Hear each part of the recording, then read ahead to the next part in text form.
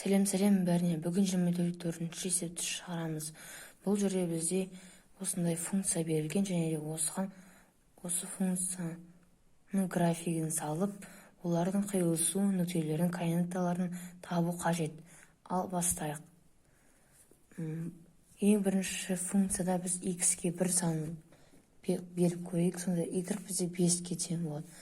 Ал егерде 2-ні берсек, y 6-ға тең болады. Ал егерде екінші функцияға x-қа 1-ді берсек, бізде y 5-ке тең болады. Ал x-ке 2-ні берсек, y онда 4-ке тең болады. Енді дәл осыны осы графикке орналастырайық. X 1-ге тең, y 5-ке тең. 1, 2, 3, 4, 5.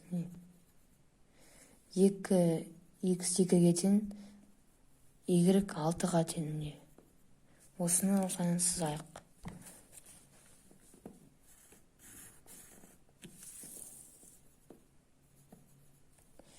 Енді екінші функцияға қарайық. 1, 5, дәл осы қайталанып тұр қайтардан. 2, 4. Дәл осыны тоже қосайық. Мына жерде, нүктеде бізде екі сызығымыз, түзуіміз қиылысып тұр. Яғни бұған біз бір атау бере салайық. А деген қандай мәнде қиылысып тұрғаны қарайық. 1, x 1-ге тең кезде, және 1, 2, 3, 4, 5. y 5-ке тең болған кезде. Значит, біз А нүктесін жаздық, және де 1, 5 деп жаза саламыз. Бұл жерде оны сызып отырғанша, осыны қарай салға болады. 1, 5, 1, 5 деп қайталанып тұр. Екіншісінде енді сызып аяқ көрсетейін. Екіншісінде, мысалға, x-ке минус 1 санын берсек, y бізде 2 санына тең болады. Ал егерде минус 2 санын берсек, онда y минус 5-ке тең болады. Ал екінші функцияда x-ке минус 1 санын берсек, онда 2 саны шығады. Ал егерде минус 2 санын берсек, онда 1 саны шығады. Яғни бұл жерде өздеріңіз көріп тұрған шығарсыздар. Минус 1 және 2, минус 1 және 2 қайталанып тұр. Яғни бір белгілі бір әріп қойып, қасына минус 1 және 2 деп жазып қояйық. Үшіншісінде бізде бір любой сан қойып көрейік. X-ке мысалға 1-ді қойық. Мына жерде 1 болса, y бізде уже көрініп тұр, 2-ге тең. Ал егерде x-ке 2-ні қойсақ, онда y бізде 1-ге тең екенін көрініп тұр. Ал екінші функцияда x-ке мысалға 1-ді берсек, y бізде 0-ға тең екенін көреміз. Ал егер 2-ні берсек, онда y бізде 1-ге тең екенін көреміз. Бұнда да қайталанып тұрған сандар 2 мен 1, 2 мен 1. Яғни қайталанып тұрған сандар ол бір-бірімен қиылысатын нүктелер. Енді А 2, x 2-ге тең, ал y 1-ге тең деп жазып қоямыз. 24-5 есепте бізде бұл жерде y тең 2x, y тең 2 плюс x депті. Осыған енді біз x пен y мәндерін қойып көрейік, және де осыны графикке сызып көрсетейік.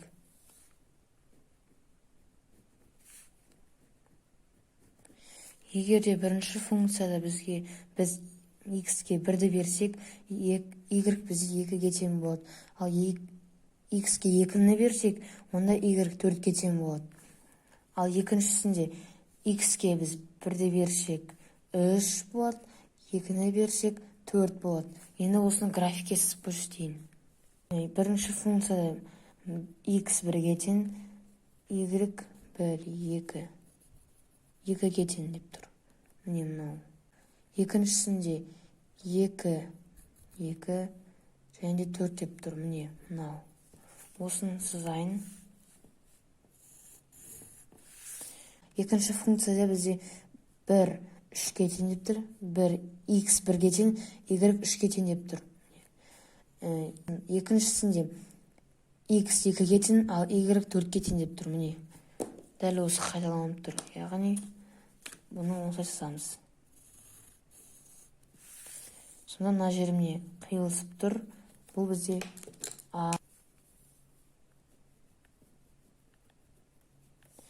яғни мына жерде бізде қиылысып тұрған нүкте бұл А-ға тең, және де міне x 2-ге тең, y 4-ге тең деп тұр. Яғни жазайық. А нашаның ішінде 2 мен 4. Бұлай қарап тұрсақ, мына жерде өзі де көрініп тұр. 2 мен 4, 2 мен 4 қайталанып тұр. Екіншісінде бізде осы x пен y-ге қайтадан бір сандар қойып көрейік. Мысалы, бірінші функцияда 1-ді қойсам, y бізде -2-ге тең болады. Ал 2-ні қойсам, y -4-ге тең болады. Ал екінші функцияға x-ге 1-ді қойсақ, -2 болады. Ал x-ге 2-ні қойсақ, -1 шығады.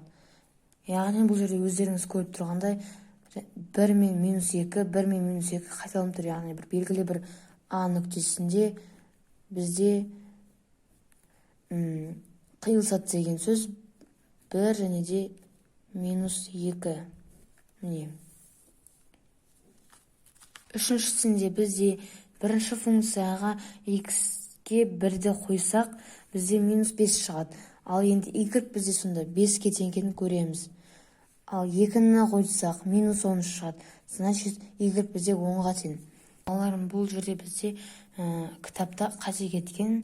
Мына жерде y-тен x азайтылған 4 деп тұр, бірақ ол +4 болу қажет.